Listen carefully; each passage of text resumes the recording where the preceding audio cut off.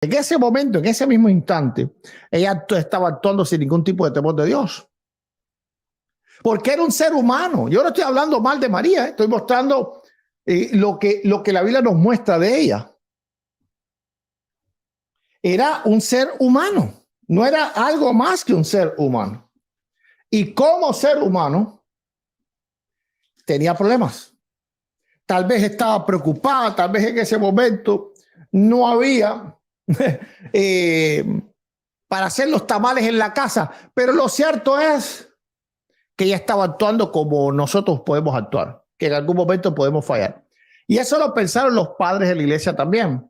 Juan Crisóstomo, en la homilía a Mateo capítulo 12, dice que ella actuó con soberbia, y la soberbia es un pecado. ¿Ok? Entonces, Juan Crisóstomo y yo también vemos a María pecando en ese momento. Ahora, una persona que es inmaculada, debe de ser una persona que sea, vamos a decir que no perfecta, pero una persona, bueno, lo mejor, ¿verdad? Literalmente lo mejor. Pero cuando vamos a la Escritura y la vemos, si vamos a Lucas capítulo 2, ok, vamos a leer a partir del verso 43.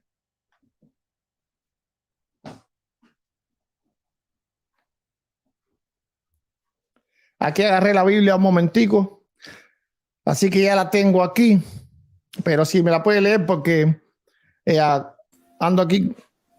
Sí, dice 2:42, dice: y cuando tuvo 12 años, subieron a Jerusalén conforme a la costumbre de la fiesta.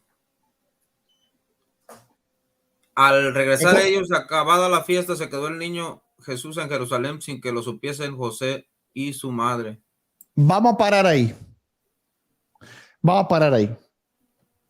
A ver, supongamos ahora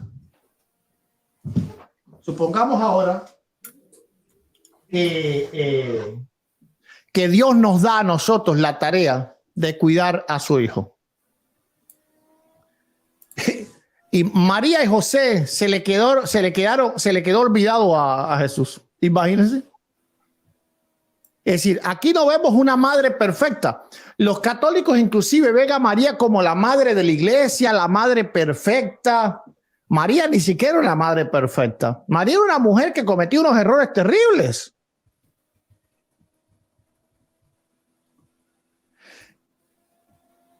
Imagínate que se les olvidó el Mesías. Que no solo era el Mesías, era el Hijo de Dios, y no solo el Hijo de Dios, era su hijo. Y se lo olvidó. Cualquier padre, antes de salir en una caravana de un montón de personas, hubiese percatado que sus hijos comenzaron a caminar con la caravana, ¿sí o no? ¿Sí o no? Entonces, la Biblia muestra a María como la madre infalible que creen los católicos. Mamita María, que en sus brazos estamos seguros. Realmente en sus brazos ni siquiera Jesús estaba seguro. Jesús estaba seguro porque era Dios Todopoderoso. Si hubiese sido yo, tal vez me hubiesen raptado ahí en Jerusalén y me hubiesen vendido de esclavo, ¿me entiendes? Hubiese parado yo en el Coliseo de Roma como gladiador. Pero no pasó porque era el Todopoderoso. Tenía un cuidado mucho más importante y mucho más poderoso que de una simple mujer. Entonces, cuando nosotros le decimos los católicos que María era una mujer como es otra mujer, es decir, como lo es mi esposa, como lo fue mi madre, como lo es todas las madres de este mundo, era una mujer, nada más que una mujer que fallaba, una mujer que desobedeció a Cristo, una mujer que y respetó el ministerio del Señor cuando le interrumpió soberbiamente una mujer que perdió a Jesucristo cuando fue al templo con tan solo 12 años. Entonces, ¿era la madre perfecta?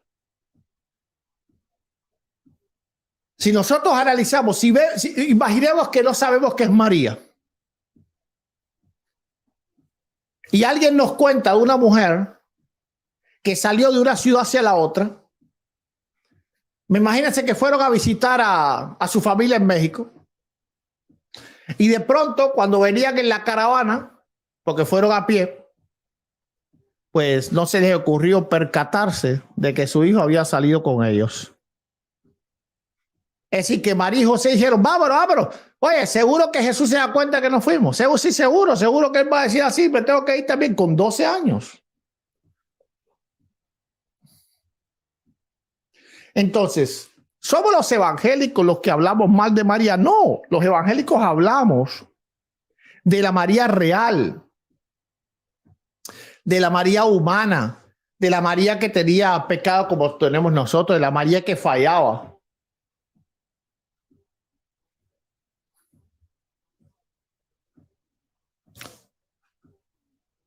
En la resurrección de Cristo, si bien las mujeres fueron a ungir la tumba, ¿quién se quedó a esperar a ver al Señor? María Magdalena.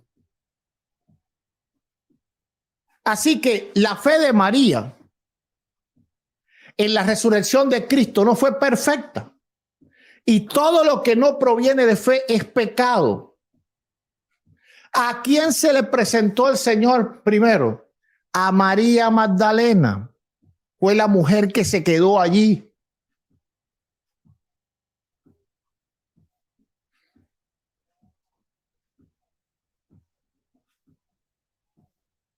Estamos hablando de los evangélicos mentiras. Refúteme entonces.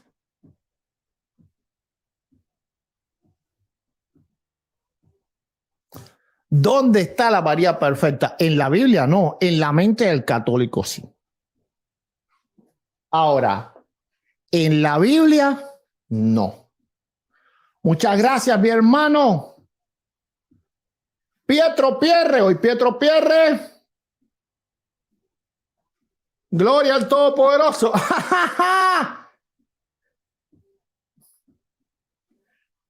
Mi hermano Pietro, pero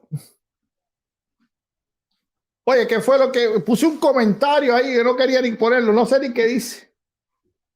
A ver, el diablo es un ser que nos dio, no sé qué estoy, el diablo es un ser que nos dio, Dios perdió, Señor de la humanidad después de la venida de Jesús, sus discípulos usaron el nombre de Jesús, el nombre de Dios, a lo que llamamos. Mira, eso es una locura, decía. Iba a poner el comentario, la ofrenda de Pietro Pierre, se me fue el dedo y puse eso. Gloria a Dios. A ver, vamos a poner otro tema. Vamos a ir a otro tema.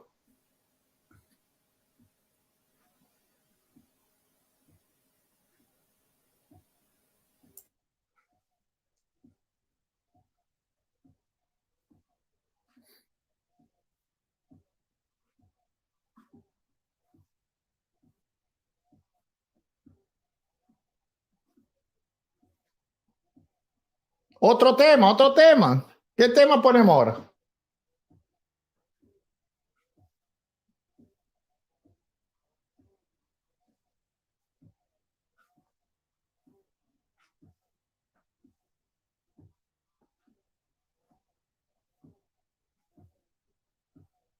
Mi hermano Oscar, deme una idea, por favor.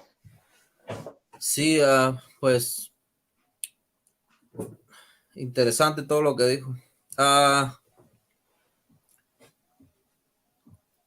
Podemos hablar de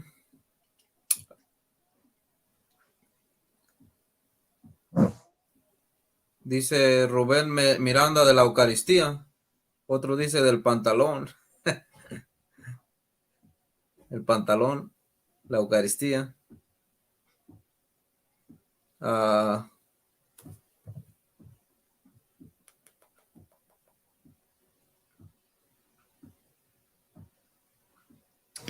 Ok, yo creo que el tema del pantalón está bastante trillado ya.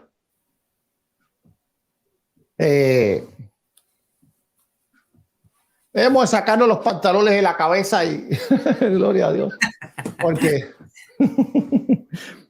porque imagínate, cada iglesia tiene su perspectiva respecto al caso. Y lo que tenemos que ser nosotros es consecuente a nuestra fe. Si nuestra fe nos dice de alguna forma que eso está incorrecto, pues no batallemos, busquemos una congregación donde crea lo mismo y ahí estemos tranquilos, porque yo creo que lo que importa, o lo que Dios quiere, porque importan muchas cosas, pero lo que Dios quiere es que busquemos de Él, y ya entonces solamente Él sabe cómo son las cosas. ¿Me entiende? Entonces yo siempre le digo a la gente, a ver, si en tu congregación las hermanas usan pantalones y tú crees que eso está incorrecto, hay congregaciones donde, por regla general, literalmente tienen inclusive uniforme, es decir, sin falda no es bien vista en la iglesia. Pues ve y congrégate ahí. Porque lo contrario es algo que simplemente parte de opiniones. Porque en realidad la Biblia no dice claramente nada acerca de pantalones o faldas. Sí dice que la mujer no use la ropa del hombre y el hombre no use la ropa de la mujer. Pero en realidad en aquel tiempo los hombres usaban ropas que hoy usan las mujeres. Por ejemplo, los apóstoles, los judíos, usaban unos vestidos grandes hasta abajo, no usaban pantalones tampoco. ¿Me entiendes? Entonces, si hoy nosotros nos pusiéramos en esas ropas hasta abajo, pues como que eso no sé, tal vez yo llego a la iglesia a predicar en una ropa como esa y van a pensar que yo soy un excéntrico. Ay, qué pastor tan excéntrico. Bueno, pero esa es la ropa bíblica.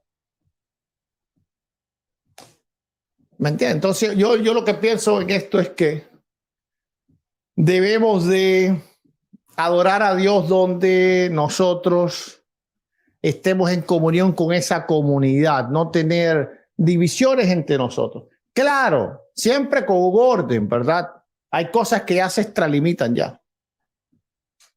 Esa es la opinión que yo tengo sobre estos temas.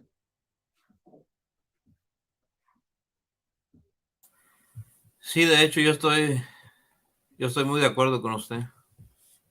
No podemos dice irnos. Dice Liliana, en particular vestirse con ropa de hombre o mujer. El caso es que tendríamos que definir qué es ropa de hombre y mujer, porque a lo largo del tiempo eso cambia. A lo largo del tiempo eso cambia. Y no solo el tiempo, a lo largo también de las culturas. Por ejemplo, en Escocia, las faldas las usan los hombres. Si nosotros vamos a una iglesia evangélica, pentecostal, yo las he visto, escocesas, los pastores predican con faldas a medio muslo. Con faldas a medio muslo. Porque esa es la ropa que allí usan los hombres. Los escoceses usan faldas. He visto iglesias escocesas por documentales, por supuesto, por video y esas cosas, nunca he estado en una. Al pastor predicando con una falda. No a medio muslo, ¿verdad? Eso fue una broma. Pero una falda, al fin y al cabo una falda. Entonces, también se mueven muchas cuestiones culturales. Sí, de eso depende mucho la cultura, no es algo que... Depende mucho de la cultura también. Ahora, ¿por qué el hispano? Tiene tanto arraigo en esto también? Porque nuestra cultura como tal es una cultura esclavizada. Hay un contexto de la ropa que usaban, vamos a decir que los esclavos en los siglos pasados. Lo mismo en la América hispana que en la América inglesa o portuguesa, donde las mujeres esclavas, indias, africanas, pues no les permitían ir, vamos a decir que conforme a la moda, digamos de esta forma. Y entonces tuvieron una manera de vestir más arraigada a lo antiguo, porque eran esclavas. Es decir, y si no esclavas, eran servidumbre, eran etnias que no tenían el derecho a escoger la moda, más sin embargo las mujeres de otras etnias más dominantes, pues iban cambiando, claro, siempre con vestidos y con falda, porque eso es lo que se usaba en esa época, pero iban cambiando y cambiando a lo largo de toda la historia. Entonces, cuando vemos a una comunidad, por ejemplo, católica, completamente católica, pero una comunidad indígena, vamos a ver que las mujeres usan grandes faldas. Es decir, ninguna comunidad indígena o muy pocas las mujeres van a estar usando un pantalón atrincado o algo por el estilo. Entonces eso también nosotros lo tenemos arraigado en nuestra cultura, en nuestra idiosincrasia. Ahora, en los Estados Unidos es muy diferente. El problema del cristianismo evangélico es que se nutre de lo que piensan los Estados Unidos en el término espiritual. Los Estados Unidos son los que ponen la norma. Y las grandes predicadoras predican en pantalón, entonces eso se ha vuelto una moda. Entonces las predicadoras evangélicas pues tratan de imitar a esas grandes predicadoras, a Joyce Meyer y a todas esas predicadoras que predicaban en pantalones, tratan de hacerlo. Y ahí entonces esto se ha vuelto una moda. Entonces es una cuestión de que la iglesia va también siguiendo las modas cristianas, digámoslo de esta forma.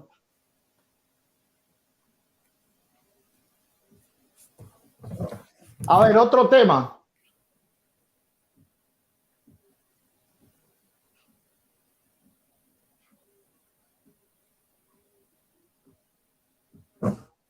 Ay, el diezmo. Siempre traen el tema del diezmo. A ver, yo nunca he entendido por qué traen el tema del diezmo. ¿Será porque les preocupa que los demás diezman o será porque no quieren diezmar? Es una pregunta que yo quiero hacerles. A ver, De hecho, ahí hay muchas. A ver, le voy a hacer una pregunta a Miguel Ángel Guzmán, que es el que pone el tema del diezmo ahí en Facebook. Miguel Ángel, una pregunta, es sincera, una pregunta honesta, ¿eh? Yo para poder entender,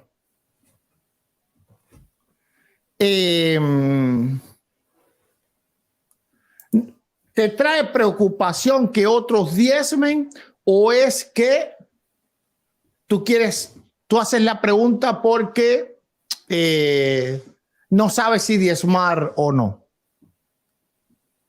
Me gustaría saber eso.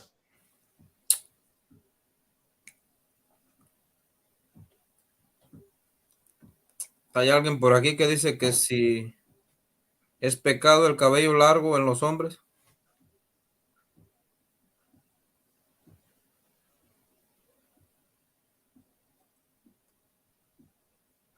Yo no lo tuviera. Yo no le puedo decir que sea pecado como tal.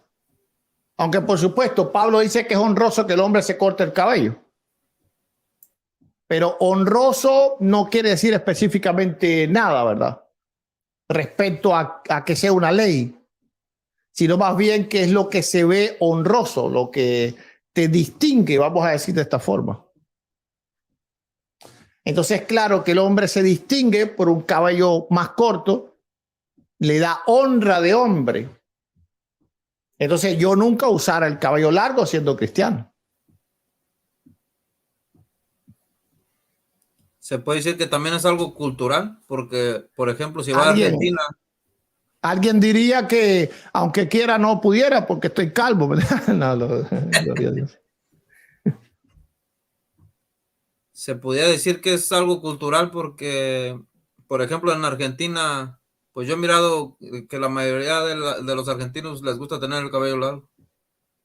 Entonces no sé. Oh, también, claro, también es cultural, exacto, y en algunos países. Sí, pero los argentinos lo hacen, me imagino. Bueno, yo no puedo hablar porque en realidad no sé, pero me imagino que también lo hacen por sus futbolistas, que la mayoría han tenido pelo largo, Canilla y el otro, Maradona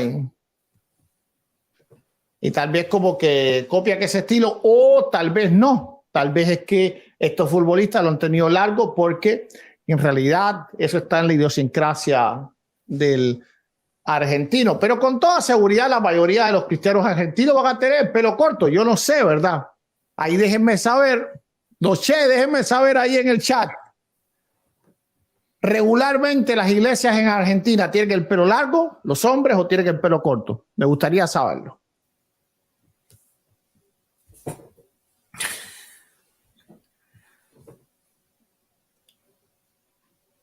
Ahí, por favor, repórtese los chefs.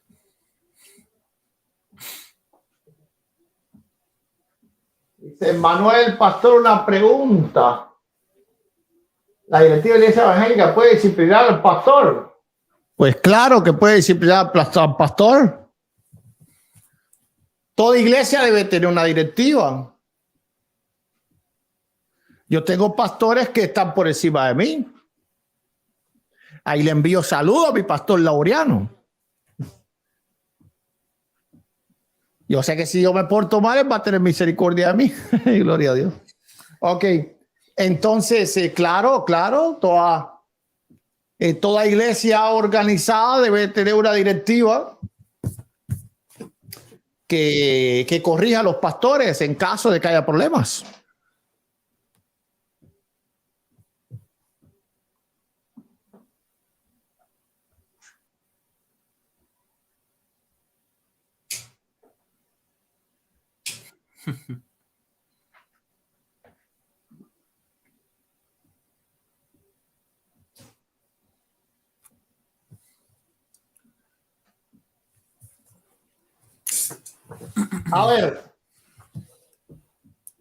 A ver, otro tema ahí. Hoy vamos a estar hasta las 7 de la mañana, ¿eh? Vamos a estar haciendo vigilia. Vigilia. El hermano Oscar quiere hasta las 7 de la mañana. Hermano, ¿usted trabaja mañana?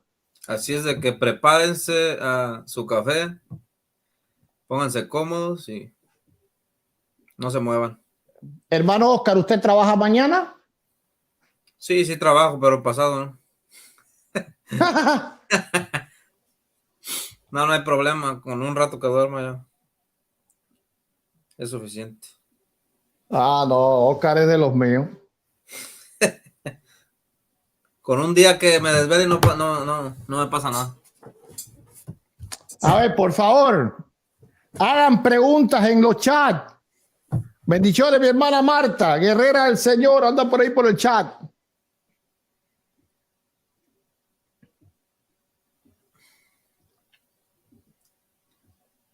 Por ejemplo, aquí en Facebook siempre hay alguien que está totalmente traumatizado con el diezmo.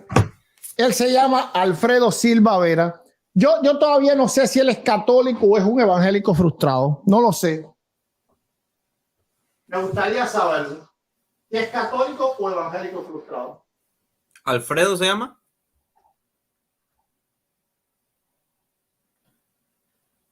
Sí. Posiblemente.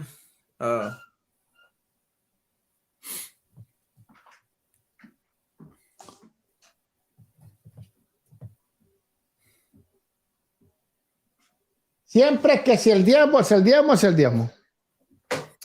Ok. Dios mío.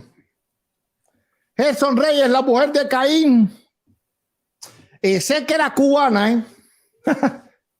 Ok, ya esa pregunta le he respondido muchas veces.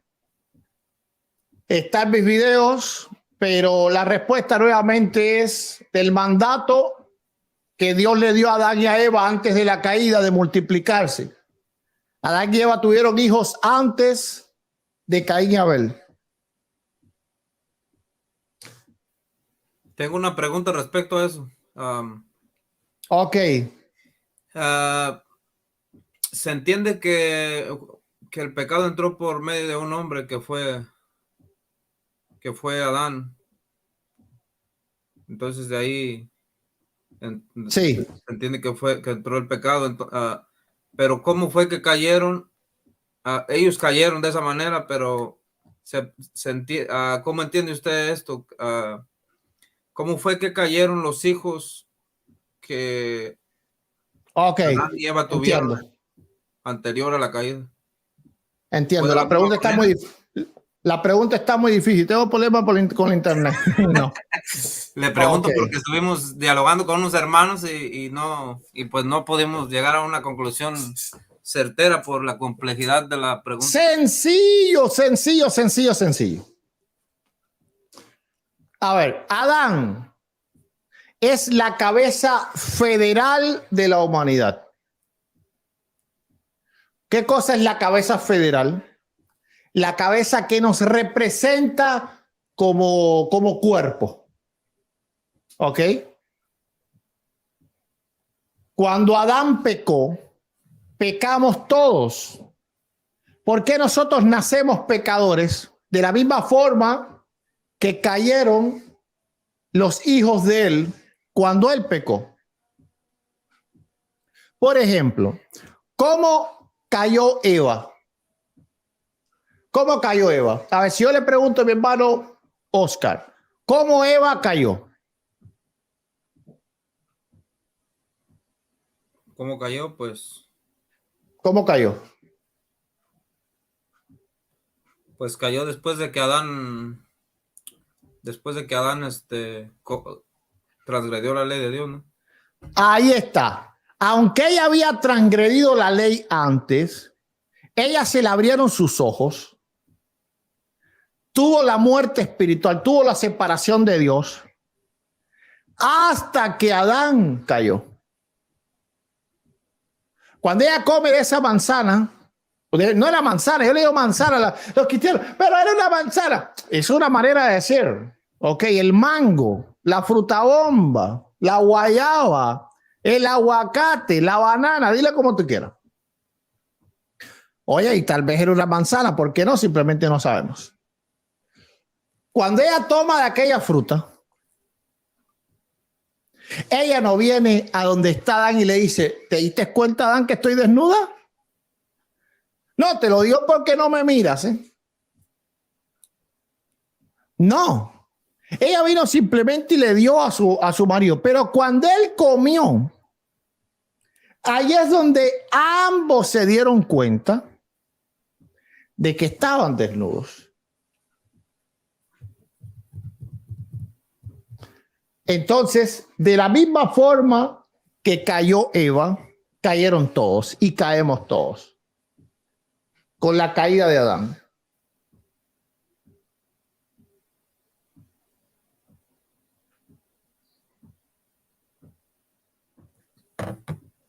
Bueno, espero que hayan comprendido.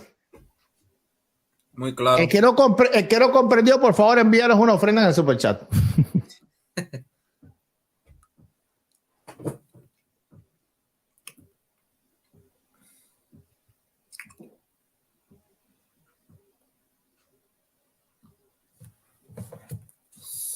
Sí.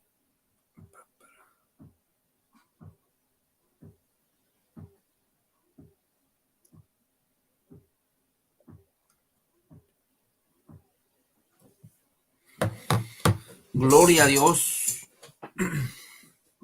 A ver, una pregunta más antes de irnos. O un tema más antes de irnos.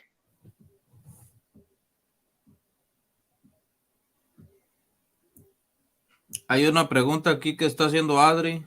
Dice, ¿es pecado que la mujer cristiana tome anticonceptivos dentro del matrimonio? No, yo no creo que sea pecado. ¿Por qué razón? Porque el anticonceptivo... Bueno, a ver. Vamos a hacer una pausa, una coma y un punto y coma.